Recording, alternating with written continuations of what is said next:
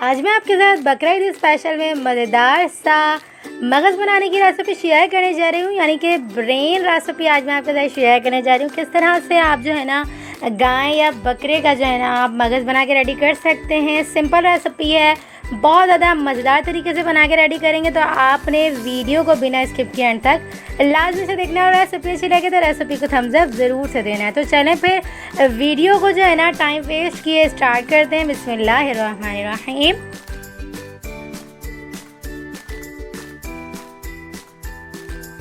मगज़ बनाने के लिए सबसे पहले जो है ना यहाँ पर 2 से 3 पानी से मगज़ को जो है ना अच्छे से धो लेना है। इसे आप तोड़ना चाहें, कटिंग करना चाहें वो भी कर सकते हैं। मैंने जो है ना सिंपल इसे सादा पूरा का पूरा साबित रहने दिया है, लेकिन इसे 2 से 3 पानी से मैंने अच्छा सा जो है ना धो लिया हुआ है। तो यहाँ पर मैंने धोने का प्रोसेस ये किया था, पानी के अंदर इसे ना रख के छोड़ दिया था। उसके बाद जो है ना 2 से 3 पानी से इसे अच्छा सा खंगाल लिया। इस तरह से हमारा जो है ना अमेजिंग सा मगज़ अच्छे से धुल के रेडी हो चुका हुआ है। इसके बाद ना हमने प्रोसेस शुरू करना है कुकिंग का। यहाँ पर हमने तकरीबन भी हाफ कप के करीब तेल ले लिया हुआ है। तेल को अच्छे से गर्म करेंगे। यहाँ पर हम चॉप की हुई यानी कि अंडा कट चॉप की हुई यहाँ पर हमने 1 अदद बड़े साइज़ की प्याज ऐड कर दी हुई है। मगज़ तमाम ना यानी कि जो गाय के होते हैं बकरे के होते हैं एक ही साइज़ के होते हैं।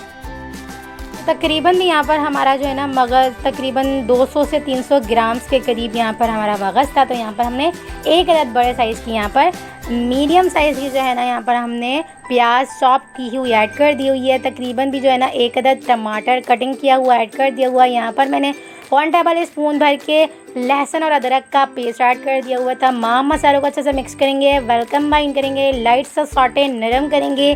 साथ ही इसके अंदर हम ड्राई मसाले ऐड कर देंगे। 1 टेबल स्पून नमक, 1 टीस्पून लाल मिर्च पाउडर, 1 टीस्पून हल्दी पाउडर और 1 टीस्पून ही यहाँ पे हम कुटी हुई लाल मिर्चें ऐड कर देंगे। इसके अलावा कोई भी इसके अंदर ज़्यादा मसाले ऐड नहीं किए जाते। कम मसालों में ये अपने ही फ्लेवर में बहुत ही ज़्यादा अमेजिंग सा बनकर रेडी होता है। सेम आपको अंडा खगीना जैसा जो है ना ये लगेगा और वही फ्लेवर देगा।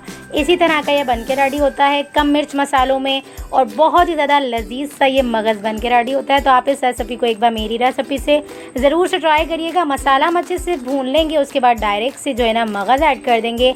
अच्छे से इसे जो है ना चम्मच मार के तोड़ते जाएंगे थोड़ा थोड़ा करके। तकरीबन बिना 5 से 7 मिनट तक जो है ना इसे हमने मीडियम टू लो फ्लेम पर रख के अच्छे से कुक करना है, ढक्कन खोल के। उसके बाद इसके जो है ना हमने अच्छी सी भुनाई करनी है। भुनाई के बाद इसे हमने थोड़ा सा गलने के लिए ना ढक्कन बंद करके छोड़ देना है, ताकि ये प्याज और टमाटर के पानी के अंदर ना अच्छी तरह से गल जाए।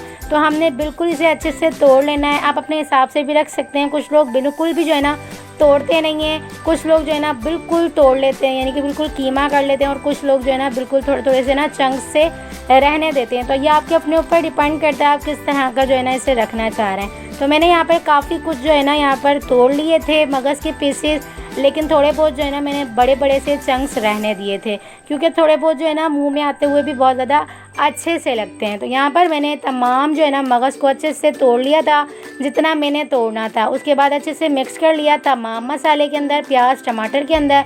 उसके बाद जब तमाम मसाला वेलकम बाइंड हो गया मगज़ के अंदर, तो यहाँ पर हमने तकरीबन बिना 2 से 3 बारीक कटिंग की हुई यहाँ पर हमने हरी मिर्चें ऐड कर दी हैं।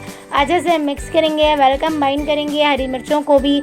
जब ये तमाम चीज़ें जो है ना अच्छे से मिक्स हो जाएंगी, वेलकम बाइंड हो जाएंगी, तो ये प्रोसेस हमारा तकरीबन बिना 10 से 12 मिनट का हो चुका होगा।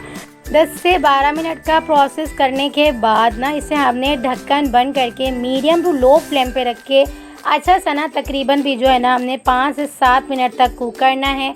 तो इस तरह से प्याज और टमाटर के पानी में ये अच्छी तरह से गल जाएगा। इसे ज़्यादा गलाने की ज़रूरत नहीं होती है, फ्राई करने से ही जो है ना बहुत ज़्यादा जल्दी से कुक हो जाता है। लेकिन हमने देख सकते हैं ढक्कन बंद करके कुक किया ना, तो प्याज और टमाटर का पानी भी अच्छे से जो है ना इंक्रीज़ हुआ है। इसके बाद दोबारा से हम इसे तकरीबन भी ना 5 से 7 मिनट तक फुल फ्लेम पे रख के कुक करेंगे। इस तरह से प्याज और टमाटर का पानी भी अच्छे से ड्राई हो जाएगा। थोड़ी बहुत जो कसर रह चुकी हुई है मगज़ में वो भी अच्छे से जो है ना कुक हो जाएगा। तो यहाँ पर हम लास्ट में बेहतरीन सा टच देने के लिए यहाँ पर हमने पिसी हुई काली मिर्चों का पाउडर 1 टीस्पून यानी कि 1.5 टीस्पून यहाँ पे हमने जो है ना काली मिर्च पाउडर ऐड कर दिया हुआ है। एक अच्छा सा चटपटा सा फ्लेवर देने के लिए यहाँ पर हमने ये ऐड किया है। इसके अलावा कोई भी मसाला ऐड नहीं किया जाएगा। हम लास्ट में काली मिर्च पाउडर इसलिए ऐड करें क्योंकि काली मिर्च पाउडर से इसका कलर भी थोड़ा बहुत चेंज होगा।